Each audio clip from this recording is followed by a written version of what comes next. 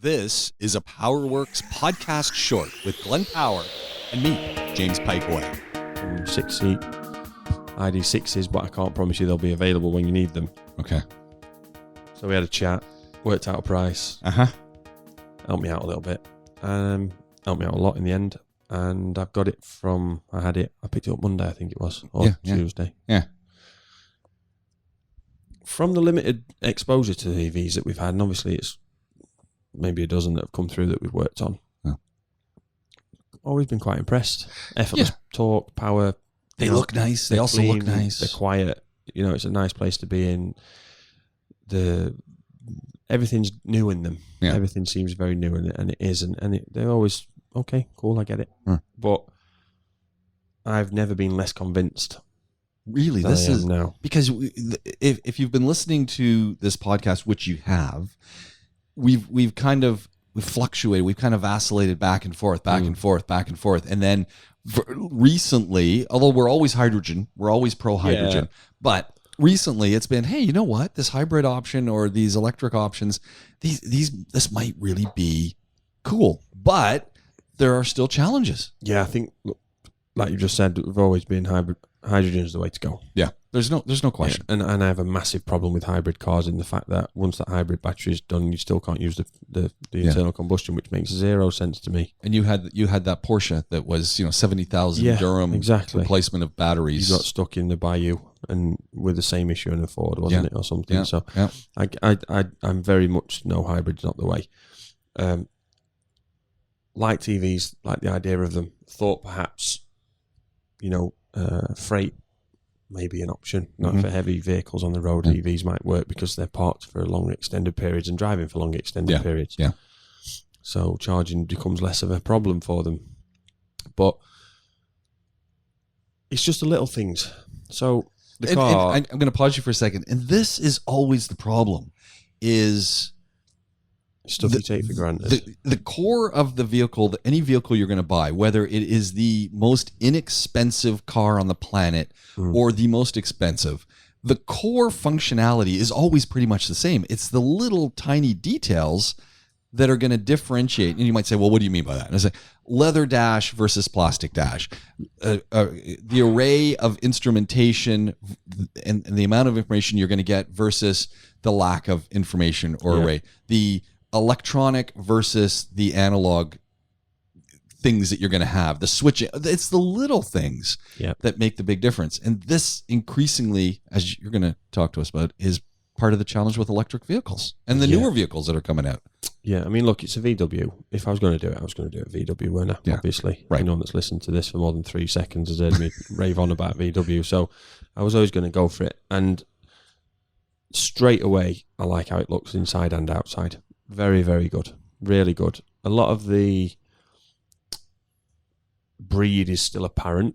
Now, how much of that was an economic decision and how much was just because they wanted to keep it, I don't know. I guess it's economics. I'm thinking you know what? I'm going to be the pessimist here, or not the pessimist. I'm going to be the optimist and say, while as you're saying, there's an economic thing and sharing parts, etc.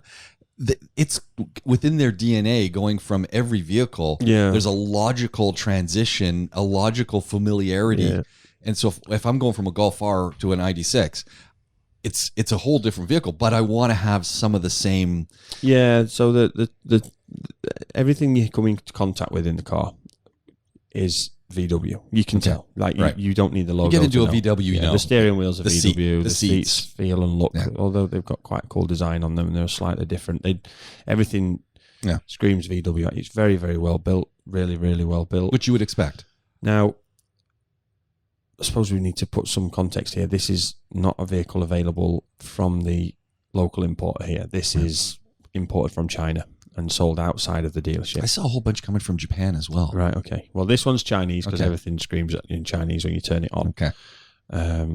So it doesn't have the full connectivity. So I can't connect my Samsung phone. CarPlay still works, but I can't do Android Connect or whatever it's called because I can't connect to it. You can buy, if you had a Chinese SIM card with a Chinese postpaid plan, you can connect it. I can't hotspot it. The only way to connect it is through a Chinese Same. So that won't be a problem for anyone else. And that's not really a problem for me, but it limits some of the functions. Yeah. So, for example, I can't go through and set the AC to come on for 10 minutes before I get in the car every day and all that sort of stuff, which, honestly, from an electric vehicle, when you think about it, summer or winter. Yeah, they're big things. You put the heat on, put the AC on, so you get into the car and the AC's already going. You get in with the kids and it's like, oh, this is beautiful. This car, my first thing about it is, it looks about like a VW in it, and it feels like one. Yeah. But when you get in it, too many things have been changed unnecessarily.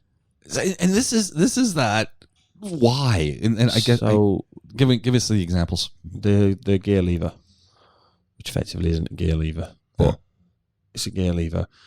It's just like a twist thing on the end of the dash cluster surround that you turn it forward to twist it from the top forward to go forwards, and then top backwards to go reverse. Why? Yeah, like it's just like it's kind of that didn't need to be like that. You could have just had a button, or you could have just kept a normal sort of feel, a gear lever or whatever. It just seemed to be changes for the sake of changes. Okay, and that's how it's like going back to the 1965 Parisienne, and it used to have buttons on the dash to put it, drive, reverse. It was weird, but I mean, cool. In the 30s and 40s, the Edsel used to have push buttons on the steering wheel to change the gears. It's like, geez, nearly 100 years later, and we're still fanning around with it. But it just seemed like a change for the sake of a change. Okay, and maybe that's it. They're trying to free up more cabin space by, I don't know. Weird. But because it's electronic, and because everything else on all vehicles that they make are fly-by-wire, there's no direct rail connections anymore. So they could have done that on the petrol, but they don't. On the diesel, they don't. Right. That's weird. So anyway, they're separating them. Fair enough. Okay. No problem. Right. So this is the new direction they're going. That's fine. Driving it's great. It's quiet. Obviously, it's torquey because it's electric motor and it's available straight away. Dual motor or single motor? Single. Okay. But it's good. It's got all the tech you want. 360 camera. Everything that you'd expect. Yeah. 6 seats. The back seats, legitimately 6 seats. The back seats are like a bench seat. Okay. That you can fold away. Yeah. And kind of like the old Pajeros there. Yeah. The middle two are captain seats. Right. And then the back two, kind of like the old Pajero. If I sat in one of the middle seats, no one could sit behind me. Right. Yeah, they're done for. Okay. Yeah. So they do adjust, but if I sat there, no one would be able to sit behind me. So that's a bit unfortunate. But the day-to-day with the car. Yeah. Now, I've hired this car. I don't own an electric vehicle. I'm not ever going to buy one, I don't think, based on this and what we'll get to. So I don't have a charge point at my house. I've just got an outdoor plug socket, weatherproof plug socket in the carport. That's a big problem. So it comes with a 13 amp plug charging system, and you have an option on the charger that comes with the vehicle for 8, 15, 20 and 30 amps that you can charge it at. Obviously, you can only do 8 through a 13 amp socket. So select it on 8. You've got to charge the vehicle through that every single night. Now, I got about 18% charge in 10 hours. That's not good. Through that, which isn't good. No. And a lot like where you're charging it right now, just outside, because every time you stop, basically you got to get this thing on charge. Yeah, I am doing, because I've got 2 kids in school. Yeah, the schedule does not exist beyond picking them up and dropping them off. Everything outside of that is fair game to anybody. Like, I could get there and get told she's going on a play date. Yeah, I could get there and get told, oh, she's got to go to the doctor. So I'm just trying to imagine this just for a second. If you don't have the supercharger at home, suddenly anywhere you're going, in the back of your mind, as you're looking at the dash and you're looking at, okay, I've got 50% charge, knowing that you're only going to get maybe 20% overnight, everywhere you're parking, you want to plug in. Yeah. You go to someone's house, you got to have an extension cord in the back. Hey, can I plug into your place? The reason for this is the temperature. 100%. And that's why VW haven't sold them here yet. Definitely. They've never made a press release on that. Yeah. There'll be internal knowledge of it, but this is definitely temperature. I plug that in and instantly the fans come on to cool it. Really? Instantly. the battery's too hot. As soon as you're driving, it's getting hot. Anyone that's used their phone, if you use your phone, and you're not supposed to do this, and that's why charge cables are so short, but if you use your phone while it's plugged in, how hot does it get? Sometimes I'll plug it in on charge overnight, like most people probably do, and I'll be listening to a podcast or something to fall asleep. I did that all through the summer when Amy and the kids weren't here. And you wake up to turn it off when you've drifted off, and it's red hot.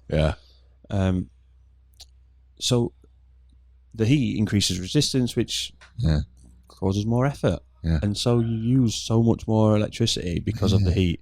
And the fans that are coming on to cool the battery, they're consuming the well, they're on the 12-volt system, but the 12-volt system is replenished by the main battery. So temperature's not going to be helpful to these cars at all. Now, we've known that always, but I see it now.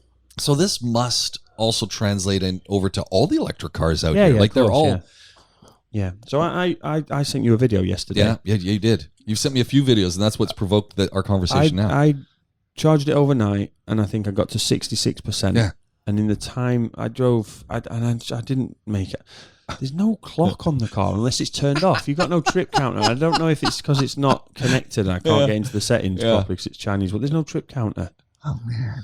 I know that sounds stupid, but there isn't a trip counter. You want a trip counter. But I'm telling you right now, anxiety-wise, if I got into that car first thing in the morning and I'm going to drive my kids to school and then go to work and then pick them up and then do a play date and then go out and then there's the random stuff in between, and I know that I'm using up precious electricity, I would have such anxiety about this vehicle. One of the real-world issues with it is, like I say, 66% when I left yesterday morning, and it had gone from, I don't know, it was like 49 or something the night before. Been on charge all night. So obviously when I went out to it that morning to leave, and this is a real thing as well, I've got to unplug that and then put that back in the back of the car. Right. Because I need to then plug it in when I get back to work because I need more range. Yeah. Now, it sounds stupid, but that 3-4 minutes of doing that is a problem in the morning when you're rushing to you got kids, you got bags, you got lunches. 7 and a 4-year-old out of the school, out of the house to get to school on time, not knowing what the traffic's got in store for you. And the other thing that's now going through my mind is, okay, every time you're stopping somewhere, you're coming to work, you're anywhere you're going to spend time. If you're in the mall, you're going to now be looking for an electrical charge, supercharge. We'll get to that in a sec. But what becomes even more interesting is, what kind of testing have they done for how many times can I put it in, put it out, put it in, put it out, put it in, put it out? And then you've got just like charging cables. You've got all sorts of issues with just wear and tear. And of course, this is much larger cable, but still it's being manhandled. I mean, how long is that going to last? That's genuinely a concern. I mean, we'll go out and have a look at it when we're done recording and do a video, but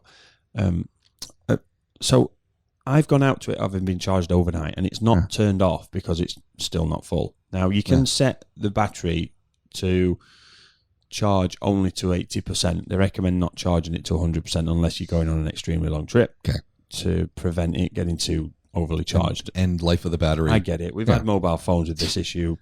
The Note 7 and all that nonsense of people's legs setting on fire. People have known ever since then. And the Dreamliner. That was my favorite. That was my favorite Note, by the way. Anyway, the Dreamliner. The Dreamliner as well, with all these lithium-ion batteries. So we all know about them now, right? Yeah. It's almost like these things happen for the sake of telling us about them. But anyway, we know about it. So I'm only going to get it to 80%.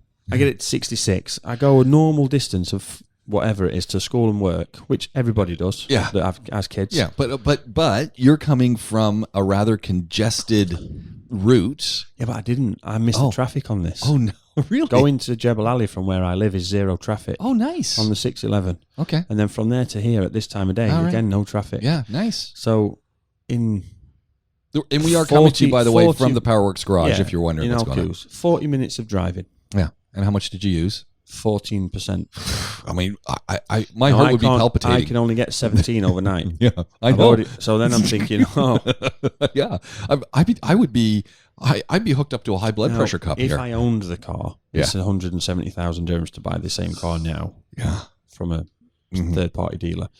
If I own the car, I'd probably invest in a charger at home. Well, you'd have to. It's not possible. I know now it's not possible without it. So I get it. My moan here is unrealistic, but but I haven't got 170k for the car. How much I did have. I haven't got money to put the charger in, and you need permission from the utility supplier. DIWA, yeah, and there's got to be a charge for that. And the landlord, because I rent my house, needs to say, okay, you can dig the pavement up and put that in. Yeah. And what if I don't live in a building? What if I don't live in a house? I live in a building. Yeah. And what if you live in a building? In the garage, run an extension in the UK. VW did a study in the UK when EVs were coming out. I remember the first one we were going to get was the GTE, which was going to be a fully electric, which is basically electric GTI. And their study was that I think it was something like 75% of their customers that would be buying this car had off ground, so on road parking. What do they do? Well, it's illegal in the UK. So Montreal, you know what they cord over the footpath. So Montreal, in the winter, because you get so much snow and you get people who have block heaters, you'll have extension cords running from people's balconies. You'll have a couple 2x4s that are raising it up over the sidewalk so that the snow removal guys don't take it out, and then it hits to where your car is. You see, that's illegal in the UK. Yeah, I think it's illegal in Montreal as well. They still do it. Yeah, but you know. Those people are doomed. That's a problem, right? Yeah. And then as another example, if I get a call and I'm whatever, I don't want to get it, obviously. If I get a call from the school, one of my kids has been in trouble or they've had an accident or they're not feeling well and I need to go and immediately pick them up. Yeah. I've got to unplug it, put the cable back in the back. 3 minutes. Get to the school, not know what I'm faced with. And you're looking at the charge. Then I've got to take them somewhere. Yeah. Maybe to the doctor, maybe to whatever. Hopefully they have a supercharger out front. So I get to the doctor's at 33% battery, and do I just rush in or do I look for a supercharger? Yeah, exactly. It's someone's house who's got one sitting there, and can I plug in, please? So now, the charge rate on this properly with a proper VW, and they work through the Tesla one's charger, is quite good. It uses a Tesla charger, so you can, when you get to the mall, you get to... Yeah. Okay. So nice. they can work together, but the charge rate is quite quick. Right. Do you have any idea? But I'm not ready. No, I can't remember what he told me. The guy told me when I took it from him. But no problem. You'll test it out eventually. The next time we do one of these. Maybe. So by the next podcast we'll know. But if I want to go, let's say I want to go to Fujairah at the weekend, I'm going to make it on a charge, but I don't know what I'm going to be faced with when I get there for charging. Yeah. You go to a decent hotel, they're going to valet it. Right. How do you ask them to plug it in? Do they know? Are they okay doing that? So, real world at the moment, I've never been so unsure in my life about them. I say, we've been back and forth and it's always been hydrogen and I get it, but it feels different, and it is. I get it, it's different, you know. A car was different to a horse and cart. So, of course, the carriage in a horse and cart and the cabin in a car is different, and an electric vehicle is different to an internal combustion engine. Yeah. But the same people are driving them. You're not supposed to have anxiety when you're driving a car. No, I kind of look. It's bad enough that this is a classic one because this wouldn't happen. Well, opens up a whole new realm with electric vehicles. I saw someone yesterday who was pulled over to the side of the road because they ran out of fuel. They already had the Jiffy can in the back. They were in a really bad position because they were in the middle lanes, and you could see the service station. They're coming on the L Lane Road, coming down towards Dubai, and you could see the service station on the right by Silicon, but they were in the middle. And I could see the guys looking, and they're looking at it. They've got the can because clearly they run out of gas a lot, and there's no way to get to it without getting killed because you've got to go up an embankment over. Yeah. And what happens if you're down to 33%, and then you go out and you then can't get a can of electricity, can you? What happens? What do? You end up calling a tow truck to take you home and drop it and hook you up, or to me this becomes a real. The multiple levels of anxiety. No, I've waffled a little bit going through this review. That's because it's the initial thoughts. We'll have the full review. I'm going to make some notes on it because there's a lot to unpack. Like the kids absolutely love it. What do they love about it? The captain's chairs. Okay, they've got their own chair. They're still in car seats, but they've got their own chair. You can change all the ambient lights in the car, and it's got all the sort of mobile phone, which touches. Is what we love. Lots of USB connectors. Not looked in the back. Probably it's USB-C only in the front. Okay, nice. But nice. That's cool because everybody's phone charges USB. And wireless charging is good. And my phone, which is a 22, fit an Ultra, so it's quite a big fit with the case on it. Fits. Wow, nice. gets really hot. Of course. And I don't plug it in because I'm watching the battery go down on the car. But it gets really hot. Yeah. But it works. That's not to do with the car. That's just, they all do. Yeah. I think if you've got a charger in your house and you know that your schedule is not fluid, like my schedule is fluid. Yeah. I know. Now I'm only driving it now. Amy's gonna drive it. Yeah. But I'm driving it now because she wants to go out with me and see. It feels and looks so different that Amy, who's been driving for 14 years, is apprehensive. He's apprehensive. Yeah, this is big. She's like, I want to go out with you on the weekend and I'll drive it and make sure everything's okay. And that's the problem. Yeah. Right. And so she wants to, so next, she'll be driving it after that. It's fine. No problem. I'm not driving it. And her schedule is fixed. Unless something happens to me. And she's out of school, so they must have chargers at school. No, because they're doing construction and there's no car park now. Oh, man. So she drives to school and she drives back from school. Yeah. So her schedule's pretty fixed. So that'll be a better test to understand. Yeah. Okay, but it's a family car. It's a 6-seat family car. Most people with a 6-seater car don't have a fixed schedule because they've got kids, young kids, right? Yeah.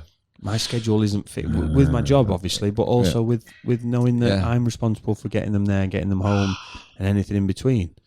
So at this point, this is just an initial conversation because you haven't had it very long. Where are you on the fence? Are you like, you're kind of... Definitely completely illogical to have a family car as an EV. Okay. Somebody that's a professional... Illogical. Yeah. It makes no sense. Yeah. Somebody that's a professional that's got a car that, 2-door or a 4-5-seater normal car as an EV that's going to work and going home, or going to work, to the gym and home the same every day, is buying it and going to put a charger in the house. You probably only charge it twice a week. Yeah. 100% go for it. So an ID4, an ID3, the smaller ones. But an ID6 makes no sense.